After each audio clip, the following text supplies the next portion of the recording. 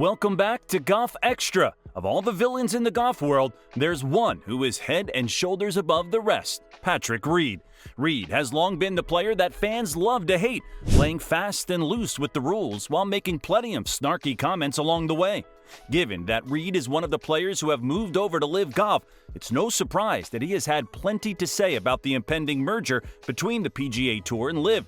His latest comments, however, are a whole new level of attitude from Patrick Reed. Don't forget to hit that like button and subscribe for more videos just like this one. Now, let's get right into Patrick Reed's explosive comments at the Open. Patrick Reed is one of the more well-known players in professional golf, having earned a reputation as a clutch performer for the United States in international competitions, as well as a fierce competitor in regular events. However, he has also earned himself somewhat of a reputation as someone who will bend the rules, having been accused of cheating and other misdoings at various times throughout his career. Despite these consistent allegations of wrongdoing, Reed has maintained his innocence. In his September 2022 interview, he said, "I've never ever intentionally tried to break any rule of golf to gain an advantage on anyone. I take too much pride in the hard work I do each and every day to try and gain an advantage in such a petty and deceitful way." That's not the only thing that Reed has defended himself from in recent months. Back in 2022, when Reed moved over to the LIV circuit, he decided that he wasn't getting very good press attention. As a result, he ended up filing a lawsuit against two of his biggest critics, the Golf Channel and one of their lead commentators, Brandel Chambly. Reed's lawsuit said in part, "Chambly and the Golf Channel have conspired as joint tortfeasors for and with the PGA Tour, its executives, and its commissioner, Jay Monahan, to engage in a pattern and practice of defaming Mr. Reed. Chambly and the Golf Channel have largely portrayed Reed in his well-trodden villain role, highlighting his more flamboyant moves, so it's no shock that Reed doesn't like that. It's not only that he doesn't like it, though, he even maintains that the stories that the Golf Channel were running don't represent the true facts. In his September 2022 interview, Reed said, "Everyone who knows the true me knows it's not this narrative that the PGA Tour and the Golf Channel have built. It feels like the media have painted me as this black hat, and they've just allowed that to keep on driving their clicks as well as the amount of income they can bring in from attacking me. They run with everything they can find or try to spin it in a negative way. It's hard to even talk about it because of how fictitious it is. The malice and deceit to say something like that about somebody is just ridiculous." We prefaced this video with Reed's recent past in order to illustrate just what kind of comments he's made in the past about LIV and the issues associated with it. However, even with those in mind, it's hard to imagine that Reed would have gone to the extent of his deep dive into the proposed merger in a typical press scrum at the Open Championship a couple of weeks ago.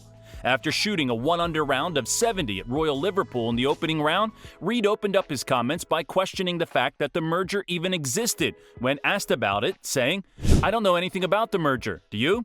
When prompted to follow up on that statement, Reed launched into a long diatribe about exactly what he is skeptical of the merger, saying, "You hear it one day it's a merger, the next day you hear it's not a merger, the next day you hear it's a collaboration. Then you hear everyone is working in parallel. Then you hear this ends the lawsuits. Then you also hear people saying you can play everywhere. Let's be honest, right? Whenever I heard about this merger, the next morning I get an email from Keith Waters and Keith Pelly suspending me through the Scottish Open and fining me some more. Great merger, right? Still getting suspended and fined." Okay, we can all admit that what Reed is saying makes some sense. After all, there is quite a bit of uncertainty as to what is going on between LIV and the PGA Tour, given that the initial announcement seemed to indicate that the deal was done, while later reports are much more ambiguous. That's the thing is, it's hard to feel happy or upset about any of it because we don't know what it is. Until we actually know exactly what the merger, collaboration, whatever it is means, there's not really anything. You can't really be upset or happy about it because there's no information. Now, if anyone has that information, I'd love to let you know so I can let you know if I'm happy or upset about it. It may surprise some, but Reed is actually still interested in playing on both the European Tour and the PGA Tour, despite his defection to LIV. As he said in his comments at the Open Championship, "I've always wanted to play and keep my European Tour status. I'm an honorary lifetime member. I take pride in that. PGA Tour, yeah, of course I'd love to play.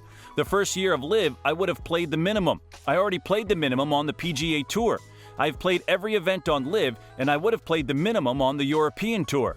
I was that one guy when they said no one can play all three. Well, I did it. Shocker. But that's the thing. Where I play, who knows? If I play PGA Tour, LIV, or if I played European Tour.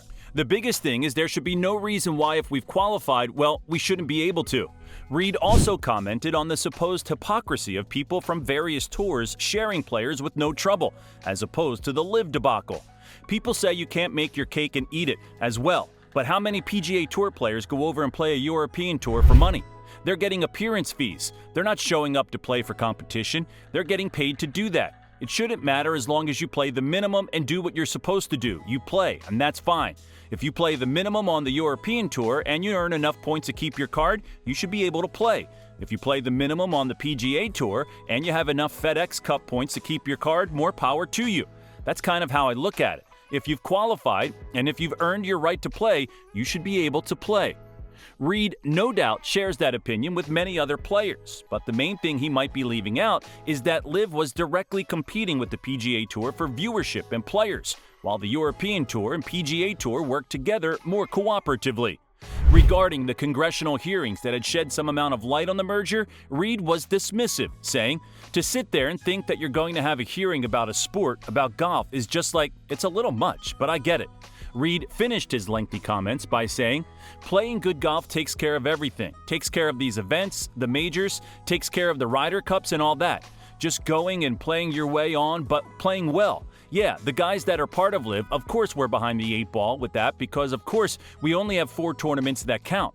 All we can do is continue playing solid golf and give yourself chances because winning trophies takes care of that." Reed has got the right idea there. After all, his green jacket at the 2018 Masters tournament is perhaps the greatest achievement of his career. If he can win another major tournament, the talk about all of his past exploits and his conflicts as a part of LIV might get a bit quieter. So, what do you think about Patrick Reed's latest comments? Do you think that'll be a big part of the future LIV PGA organization? Be sure to leave us a comment with what you think down below. Make sure you like, subscribe, and turn on post notifications so you can watch our latest content updates as soon as they drop. We'll catch you in the next one. Have a great day.